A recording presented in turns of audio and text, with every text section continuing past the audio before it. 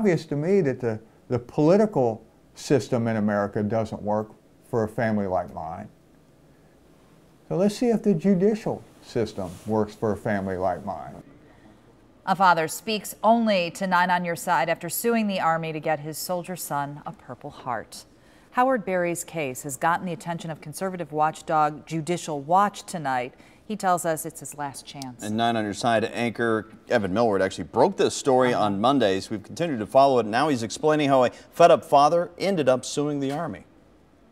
They've got Josh's name and his stats on the front. Howard Berry already has the spot. I have a repository for the Purple Heart if they ever decide they want to do this right. A box full of things given to him to honor his son, Army Sergeant Josh Berry. We've profiled him before. He hurt his shoulder jumping to safety after alerting others to the November 5th, 2009 Fort Hood shooting. Josh would simply say, I did my job. I did what I was supposed to do. Howard talked to him the night before because he was coming home soon. The guy that I talked to on the 4th was not the guy that came home. Josh took his own life years later. Howard has since fought for a Purple Heart after Fort Hood victims were cleared to get them. I wrote every single member of the 113th Congress, approximately 550 letters. I received 8 responses.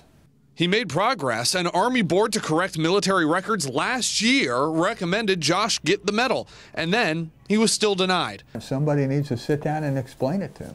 He says the responses don't make sense. This one from the Army gets his last name wrong. This one spells Howard's first name wrong. Now he's suing the Secretaries of Defense and the Army for that Purple Heart. And someday, my granddaughter hopefully will have, those things and maybe come to the understanding that her dad was a hero and not a zero. About 47 Fort Hood victims have been awarded the Purple Heart since. The Army sent 9 on Your Side the explanation for awarding the Purple Heart and a statement saying in part, quote, the Army has not withheld Purple Heart from the victims of Nidal Hasan's attack. Saturday will mark 8 years.